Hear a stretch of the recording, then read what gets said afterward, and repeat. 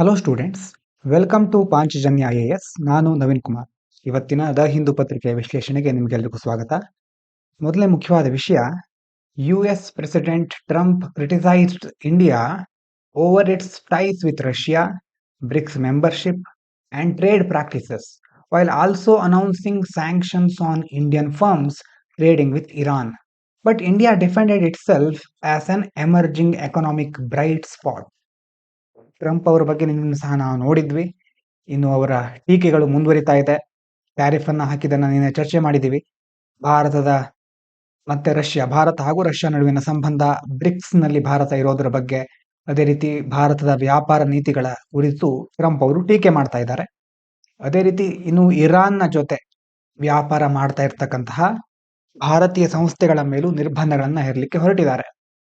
ಇದಕ್ಕೆ ಭಾರತದ ಮುಖ್ಯ ವ್ಯಕ್ತಿಗಳನ್ನ ಅಥವಾ ಸಂಸ್ಥೆಗಳನ್ನ ಕೇಳಿದಾಗ, ಇಲ್ಲ, ಇದರಿಂದ ಜಾಸ್ತಿ ಏನು ತೊಂದರೆ ಆಗ್ಲಿಕ್ಕಿಲ್ಲ, ನಾವಿನ್ನು ಎಮರ್ಜಿಂಗ್ ಎಕಾನಮಿಯಲ್ಲಿ ಒಂದು ಬ್ರೈಟ್ ಸ್ಪಾಟ್ ತರ ಅಂತ ಭಾರತ ಉತ್ತರ ಕೊಟ್ಟಿದೆ. ಅದಕ್ಕೆ ಮುಂದಿನ ದಿನಗಳಲ್ಲಿ ಇದರ ಪರಿಣಾಮಗಳು ಎಲ್ಲಿಗೆ ಹೋಗುತ್ತೆ ಅಂತ ಕಾದು ನೋಡ್ಬೇಕು. US sanctions on Iran trade. The US often imposes unilateral sanction on countries or companies that trade with Iran, especially in the energy sector under the laws like CAATSA, Countering America's Adversaries Through Sanctions Act. ಅಮೆರಿಕಾದ ಒಂದು ಕಾಟ್ಸಾ ಅಂತ ಕಾನೂನು ಇದೆ. ಅದರ ಅಂಡರ್ನಲ್ಲಿ ಏನ್ ಮಾಡ್ತಾ ಇದೆ, ಈಗ ಇರಾನು ಮತ್ತೆ ಕೆಲವೊಂದು ದೇಶಗಳ, ಅಮೆರಿಕಕ್ಕೆ ಯಾವ ದೇಶ ಆಗೋದಿಲ್ಲ ಅಂತಹ ದೇಶಗಳ ಜೊತೆ ವ್ಯಾಪಾರ ಮಾಡ್ತಕ್ಕಂತಹ ಇತರ ದೇಶಗಳ ಮೇಲೂ ಅಥವಾ ಆ ದೇಶಗಳ ಕಂಪನಿಗಳ ಮೇಲೆ ನಿರ್ಬಂಧಗಳನ್ನ ವಿಧಿಸ್ತಾ ಬರೋದು, which can impact India strategic autonomy and energy security. ಇದರಿಂದಾಗಿ ಭಾರತಕ್ಕೆ ಕೆಲವು ತೊಂದರೆಗಳು ಎದುರಾಗಬಹುದು. ಸ್ಟ್ರಾಟಜಿಕ್ ಆಗಿ ಮತ್ತೆ ಇಂಧನಕ್ಕೆ ಸಂಬಂಧಪಟ್ಟಂತಹ ಕೆಲವು ಕ್ಷೇತ್ರಗಳಲ್ಲಿ ಏರುಪೇರಾಗಬಹುದು. ಮುಂದಿನ ವಿಚಾರ, Myanmar's military government has ended the state of emergency declared after its 2021 COP and announced elections by year end, despite ongoing civil war and concerns over the fairness of the process. ಮ್ಯಾನ್ಮಾರ್ನಲ್ಲಿ ದೊಡ್ಡ ಮಟ್ಟದಲ್ಲಿ ದಂಗೆ ನಡೀತಾ ಇತ್ತು. 2021 ಒಂದು ದಂಗೆಯ ನಂತರ ತುರ್ತು ಪರಿಸ್ಥಿತಿಯನ್ನ ಹೇರಿದ್ರು. ಈಗ ಅದು ಕೊನೆಯಾಗಿ ಈ ವರ್ಷಾಂತ್ಯದಲ್ಲಿ ಚುನಾವಣೆ ಆಗಬಹುದು ಅನ್ನುವಂಥ ಸುಳಿವು ಇಲ್ಲಿ ಸಿಗ್ತಾ ಇದೆ.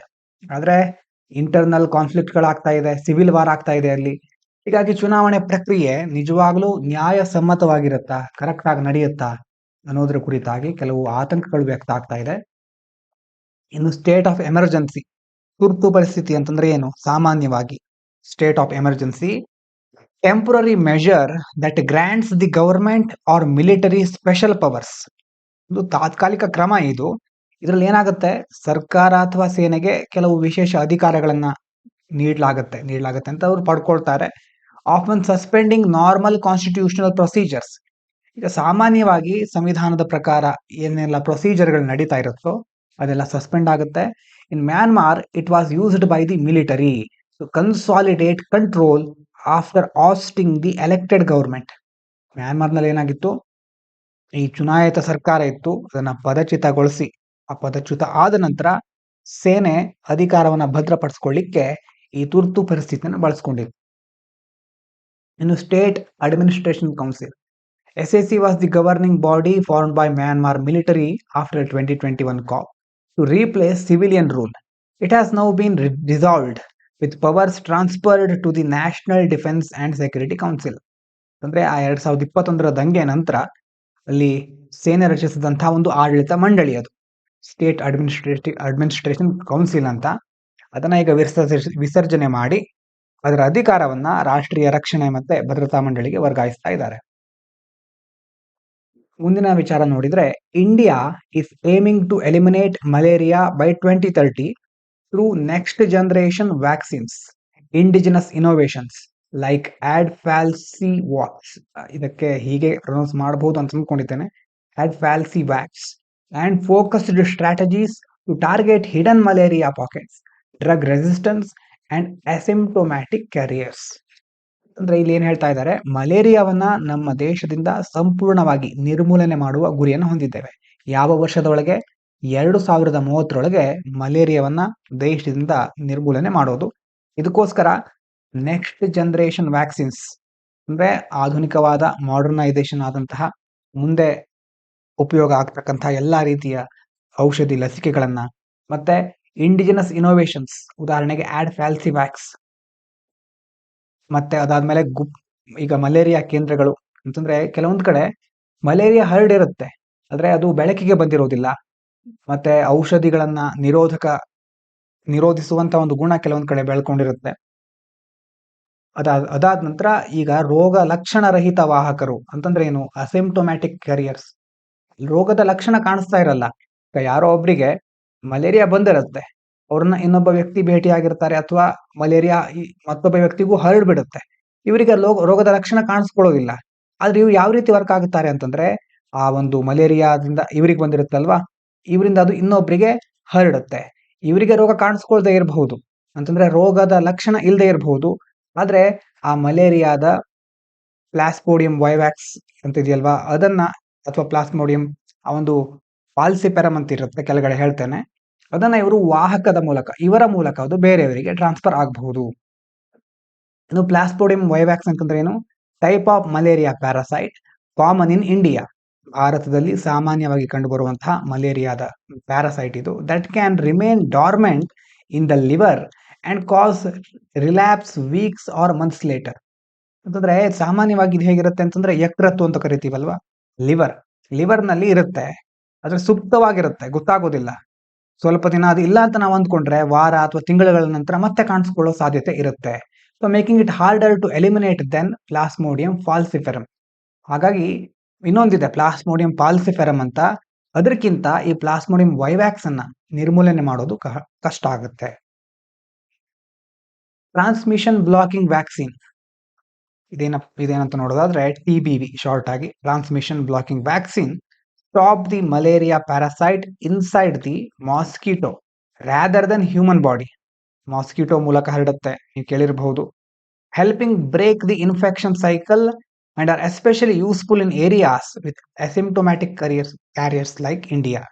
ಅಸಿಂಪ್ಟೊಮ್ಯಾಟಿಕ್ ಕ್ಯಾರಿಯರ್ಸ್ ಅಂತಂದ್ರೆ ಅವಾಗ ಹೇಳಿದಾಗೆ ರೋಗದ ಲಕ್ಷಣ ಇರೋದಿಲ್ಲ, ಆದ್ರೆ ಹರಡಲಿಕ್ಕೆ ಅದೊಂದು ಕಾರಣ ಆಗ್ಬಿಡುತ್ತೆ. ಈಗ ಇಲ್ಲಿ ಹೇಳ್ತಾ ಇರೋದು, ಈಗ ಹರಡುವಿಕೆಯನ್ನು ತಡೆಯುವಂತ ಲಸಿಕೆ ಟ್ರಾನ್ಸ್ಮಿಷನ್ ಬ್ಲಾಕಿಂಗ್. ಇದ್ರಲ್ಲಿ ಏನ್ ಮಾಡ್ತಾರೆ, ಆ ಸೊಳ್ಳೆ ಒಳಗಿರುತ್ತಲ್ವಾ ಆ ಮಲೇರಿಯಾದ ಪರಾವಲಂಬಿಯನ್ನ ಅಲ್ಲೇ ನಾವು ತಡೆದು ಬಿಡ್ತೇವೆ. ಸೋಂಕಿನ ಒಂದು ಸೈಕಲ್ ಚಕ್ರ ಇಲ್ಲೇ ಮುರಿದು ಹೋಗುತ್ತೆ, ನೆಕ್ಸ್ಟ್ ಟ್ರಾನ್ಸ್ಫರ್ ಆಗೋದಿಲ್ಲ ಸೋಂಕು. ಹಾಗಾಗಿ ನಮ್ಮ ದೇಶದಲ್ಲಿ ಜಾಸ್ತಿ ಈ ರೋಗ ಲಕ್ಷಣಗಳನ್ನ ಕಾಣಿಸ್ಕೊಳ್ದೆ ಇರೋರ ಸಂಖ್ಯೆ ಜಾಸ್ತಿ ಇದೆ. ಹಾಗಾಗಿ ಇಂಥ ಒಂದು ನಮ್ಮ ಭಾರತದಂತ ಪ್ರದೇಶದಲ್ಲಿ ಈ ಟ್ರಾನ್ಸ್ಮಿಷನ್ ಬ್ಲಾಕಿಂಗ್ ವ್ಯಾಕ್ಸಿನ್ಗಳು ಬಹಳ ಉಪಯೋಗಕಾರಿ ಅಂತ ಹೇಳ್ಬಹುದು.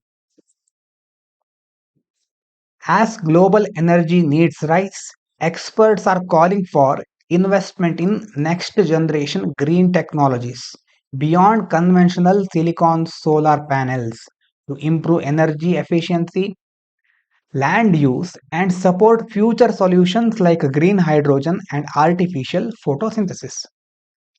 ಈಗ ಕ್ಲೈಮೇಟ್ ಚೇಂಜ್ ಆಗ್ತಾ ಇದೆ, ಗ್ಲೋಬಲ್ ವಾರ್ಮಿಂಗು, ಎಲ್ಲದರ ಬಗ್ಗೆ ಪ್ರತಿದಿನ ನಾವು ನೋಡ್ತಾ ಇದ್ದೇವೆ.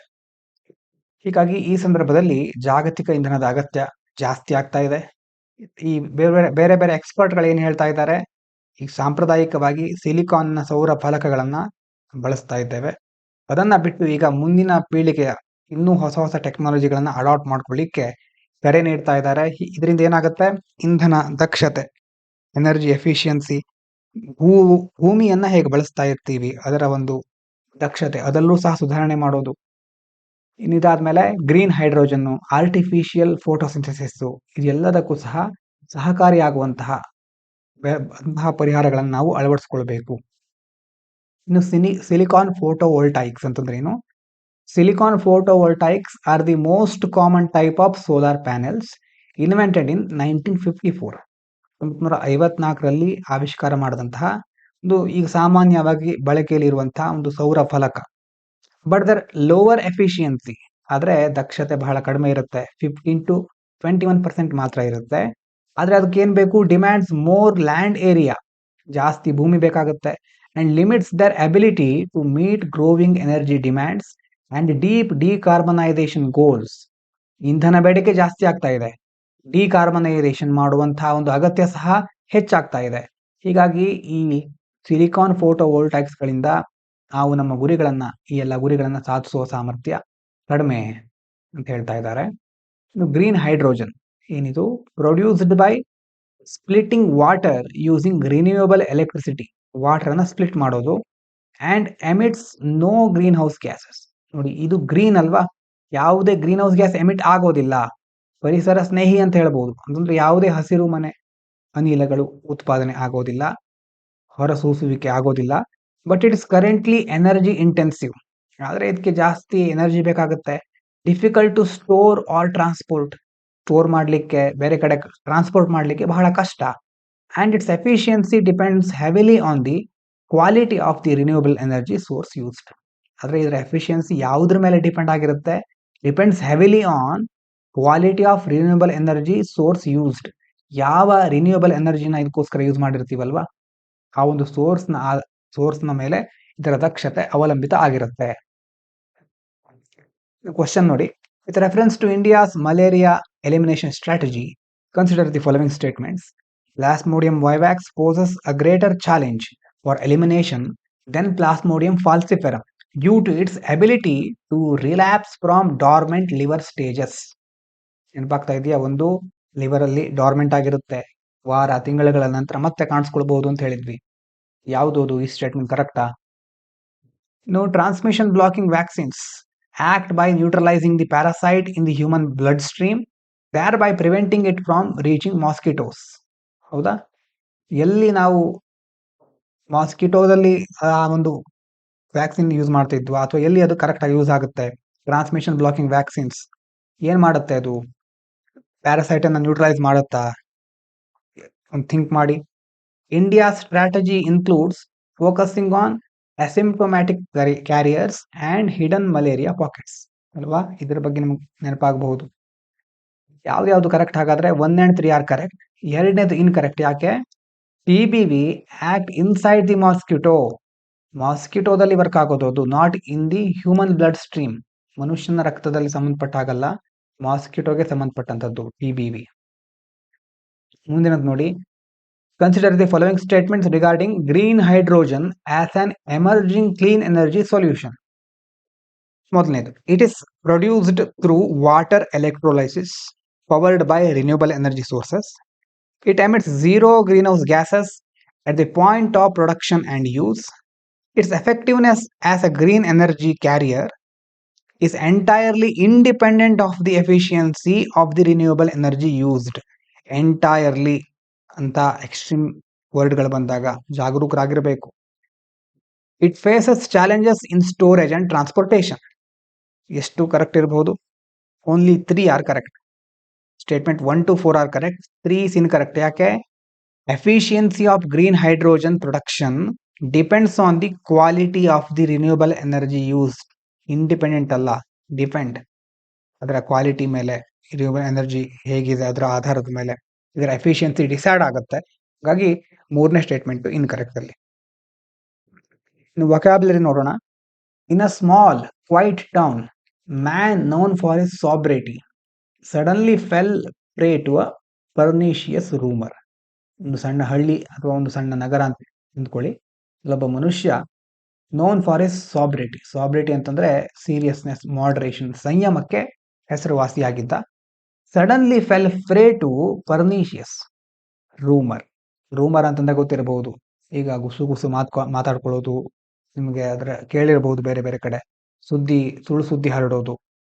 ಇಲ್ಲೇನಾಗಿದೆ, ತುಂಬಾ ಸಂಯಮದಿಂದ ಒಬ್ಬ ವ್ಯಕ್ತಿ ಇದ್ದ, ಆದ್ರೆ ಒಂದು ಅವನ ವಿರುದ್ಧ ಕೆಲವೊಂದು ಅವನ ಗೌರವಕ್ಕೆ ಹಾನಿ ತರುವಂತಹ ವಿಷಯ ಎಲ್ಲ ಕಡೆ ಹರಡ್ತಾ ಇತ್ತು. That spread like wild fire. Wild fire ಅಂತಂದ್ರೆ ಕಾಡ್ಗಿಚ್ಚು. ಆ ಕಾಡ್ಗಿಚ್ಚಿನ ತರ ಎಲ್ಲ ಕಡೆ ಹರಡ್ತು. The lie caused him immense angst. ಆದ್ರೆ ಆ ಸುಳ್ಳಿನಿಂದಾಗಿ ಅವನಿಗೇನಾಯ್ತು? ಇಮ್ಮೆನ್ಸ್ ಆಂಗ್ಸ್ಟ್, ಆಂಗ್ಸೈಟಿ, ಫಿಯರ್, ಆತಂಕ ಶುರುವಾಯಿತು. And he struggled to understand why someone would be so cruel. ಯಾಕೆ ಇಷ್ಟು ಕ್ರೂರಿಯಾಗಿರ್ತಾರೆ ಕೆಲವರು ಅಂತ ಅವನಿಗೆ ಚಿಂತೆ ಶುರು ಆಗುತ್ತೆ. The most salient detail of the rumour was its sheer absurdity. ಅಂದ್ರೆ ಸೇಲಿಯಂಟ್ ಅಂತಂದ್ರೆ ಇಂಪಾರ್ಟೆಂಟ್, ನೋಟಿಸಬಲ್, ಪ್ರಮುಖವಾದಂಥದ್ದು. ಅಂತಂದ್ರೆ ಅದು ಎಷ್ಟು ಅಸಂಬದ್ಧ ಆಗಿತ್ತು ಅಂತ. ಅದರ ಮುಖ್ಯ ಆ ಒಂದು ರೂಮರು ಅಷ್ಟು ಅಸಂಬದ್ಧ ಆಗಿತ್ತು. Eventually the town council had to step in and confiscate the source of the misinformation. ಆಮೇಲೆ ಟೌನ್ ಕೌನ್ಸಿಲ್ ಬಂದು ಮಿಡ್ಲಲ್ಲಿ ಬಂದು ಏನ್ ಮಾಡುತ್ತೆ, ಕಾನ್ಫಿಸ್ಕೇಟ್, ಮುಟ್ಟುಗೋಲು ಹಾಕೊಳ್ಳೋದು. ಆ ಸೋರ್ಸ್ ಆಫ್ ಮಿಸ್ಇನ್ಫಾರ್ಮೇಶನ್, ಆ ಸುಳ್ಳು ಸುದ್ದಿಯ ಮೂಲವನ್ನ ಮುಟ್ಟುಗೋಲು ಹಾಕೊಳ್ಳೋದು. ಅದೇನಾಗಿತ್ತು, ಸೀರೀಸ್ ಆಫ್ ಮೆಲಿಷಿಯಸ್ ಪ್ಯಾಂಪ್ಲೆಟ್ಸ್. ಈ ಸುಳ್ಳು ಸುದ್ದಿ ಹರಡುವಂತ ಒಂದು ಪ್ಯಾಂಪ್ಲೆಟ್ ಇತ್ತು, ಅದನ್ನ ಮುಟ್ಟುಗೋಲು ಹಾಕೊಂಡ್ರು. ಇನ್ನು ಎಡಿಟೋರಿಯಲ್ ಅನ್ನ ಒಂದು ಡಿಸ್ಕಸ್ ಮಾಡೋಣ ಅಂತ ಹೇಳಿದ್ದೆ. ಇವತ್ತಿನ ಎಡಿಟೋರಿಯಲ್ ನೋಡಿ, transforming early childhood care and education. Early childhood care ಮುಖ್ಯವಾಗಿ ನಾವು ಅಂಗನವಾಡಿ ಅಂತ ಹೇಳ್ತೇವೆ, ನರ್ಸರಿ ಅಂತ ಹೇಳ್ತೇವೆ. ಆ ಒಂದು ಹಂತದಿಂದ ಮತ್ತೆ ಶಾಲೆಗೆ ಹೋಗುವ ತನಕ ಆ ಒಂದು ಹಂತದಲ್ಲಿ ಹೇಗೆ ಮಕ್ಕಳನ್ನ ನೋಡ್ಕೊಳ್ಳೋದು, ಅವರಿಗೆ ಸಂಬಂಧಪಟ್ಟಿದ್ದು ನ್ಯಾಷನಲ್ ಎಜುಕೇಶನ್ ಪಾಲಿಸಿ, ಹೀಗೆ ಬೇರೆ ಬೇರೆ ರೀತಿಯ ಅಂಶಗಳನ್ನ ಇಲ್ಲಿ ಪ್ರಸ್ತಾಪ ಮಾಡಿದ್ದಾರೆ. Article explains how NEP 2020 changing preschool education in India, especially for children aged 0 to 6 years. ಅಂತಂದ್ರೆ ಹುಟ್ಟದಾಗಿಂದ 6 ವರ್ಷ ಆಗೋ ತನಕ ಆ ಒಂದು ಹಂತದಲ್ಲಿ ಸ್ಕೂಲಿಂಗ್ ಬಗ್ಗೆ, ಅವರ ಒಂದು ಶಿಕ್ಷಣದ ಬಗ್ಗೆ ಸಂಬಂಧಪಟ್ಟ ಹಾಗೆ NEP ಹೇಗೆ ಒಂದು ಹೊಸ ದಿಶೆಯನ್ನ ತರ್ತಾ ಇದೆ. It talks about 3 big changes happening slowly but importantly. NEP ಇಂದಾಗಿ 3 ದೊಡ್ಡ ಬದಲಾವಣೆಗಳಾಗುವ ಸಾಧ್ಯತೆ ಇದೆ, ನಿಧಾನವಾಗಿ ಆಗ್ತಾ ಇದೆ. ಆದ್ರೆ ಆ 3 ಚೇಂಜಸ್ಗಳನ್ನ ನೋಡ್ಬೇಕು ನಾವು. ಮೊದಲನೇದು, ಎಕ್ಸ್ಪ್ಯಾನ್ಷನ್ ಆಫ್ ECCE ಅಂತಂದ್ರೆ ನಾನು ಮೊದಲು ಹೇಳಿದ್ದು early childhood care and education. ಆ ಬಾಲ್ಯದ ಮಕ್ಕಳ ಒಂದು ಕಾಳಜಿ, ಆರೋಗ್ಯ, ಅದೇ ರೀತಿ ಅವರ ಶಿಕ್ಷಣಕ್ಕೆ ಸಂಬಂಧಪಟ್ಟಿದ್ದು. Expansion of ECCE in government schools. ಮೊದಲೇನಾಗ್ತಾ ಇತ್ತು, only anganwadis under ministry of women and child development handled 3 to 6 year olds. 3 ರಿಂದ 6 ವರ್ಷ ಇರುವವರನ್ನ ನೋಡ್ಕೊಳ್ಳೋದು ಅಂಗನವಾಡಿಯವರ ಜವಾಬ್ದಾರಿಯಾಗಿತ್ತು. ಈಗ ಗವರ್ಮೆಂಟ್ ಸ್ಕೂಲ್ಸ್ ಆರ್ ಓಪನಿಂಗ್ ಬಾಲ್ವಾಟಿಕಾ. ನಮ್ ಕಡೆ ಬಾಲ್ವಾಡಿ ಅಂತ ಕರೀತಾರೆ, ಕೆಲವೊಂದ್ ಕಡೆ ಬೇರೆ ಬೇರೆ ಅಂಗನವಾಡಿ ಅಂತ ಹೇಳ್ತಾರೆ.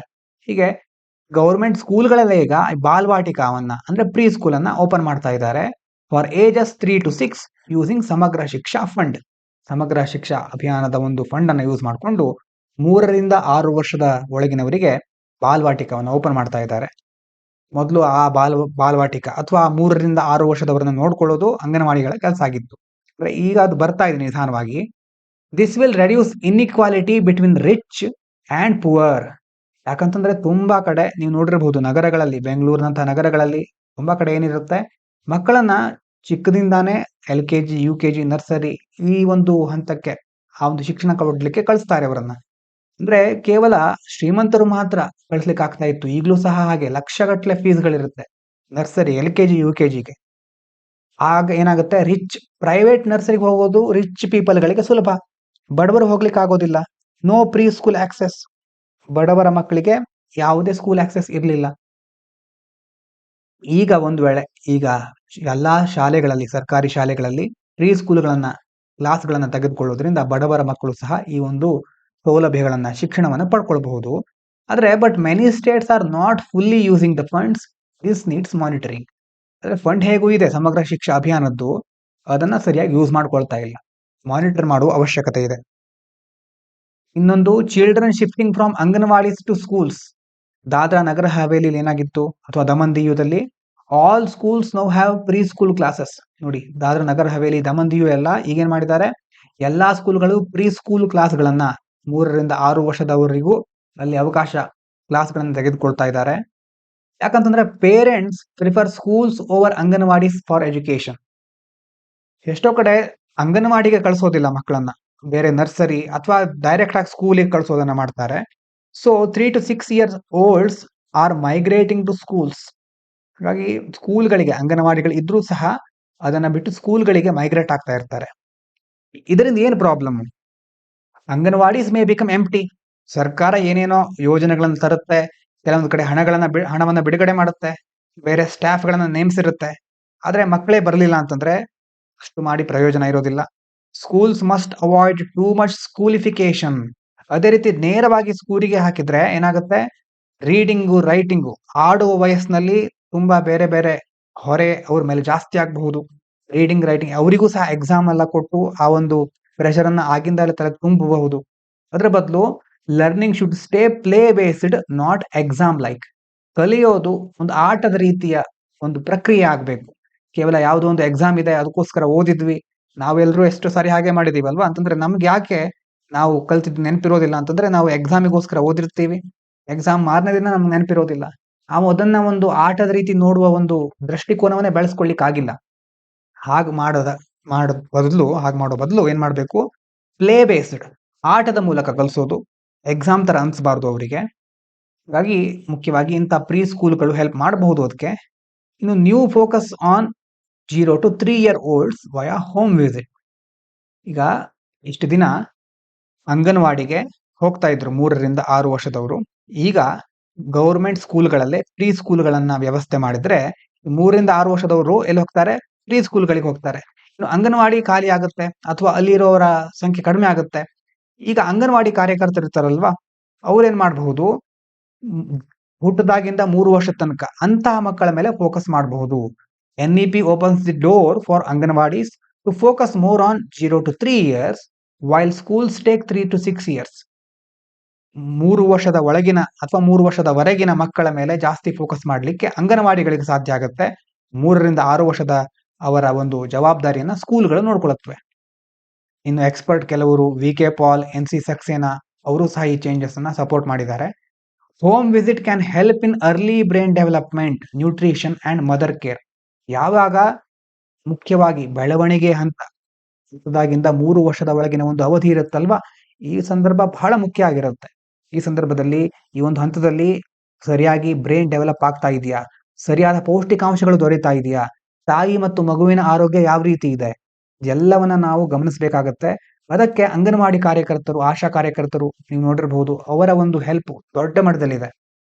ಆಗ ಅವರು ಈ ಕಡೆ ಅವರಿಗೆ ಅಂಗನವಾಡಿ ಮೇಲೆ ಇರುವ ಪ್ರೆಷರ್ ಕಡಿಮೆ ಆಗಿ ಹೋಮ್ ವಿಸಿಟ್ ಗಳನ್ನ ಮಾಡ್ಲಿಕ್ಕೆ ಸಾಧ್ಯ ಆಗಬಹುದು.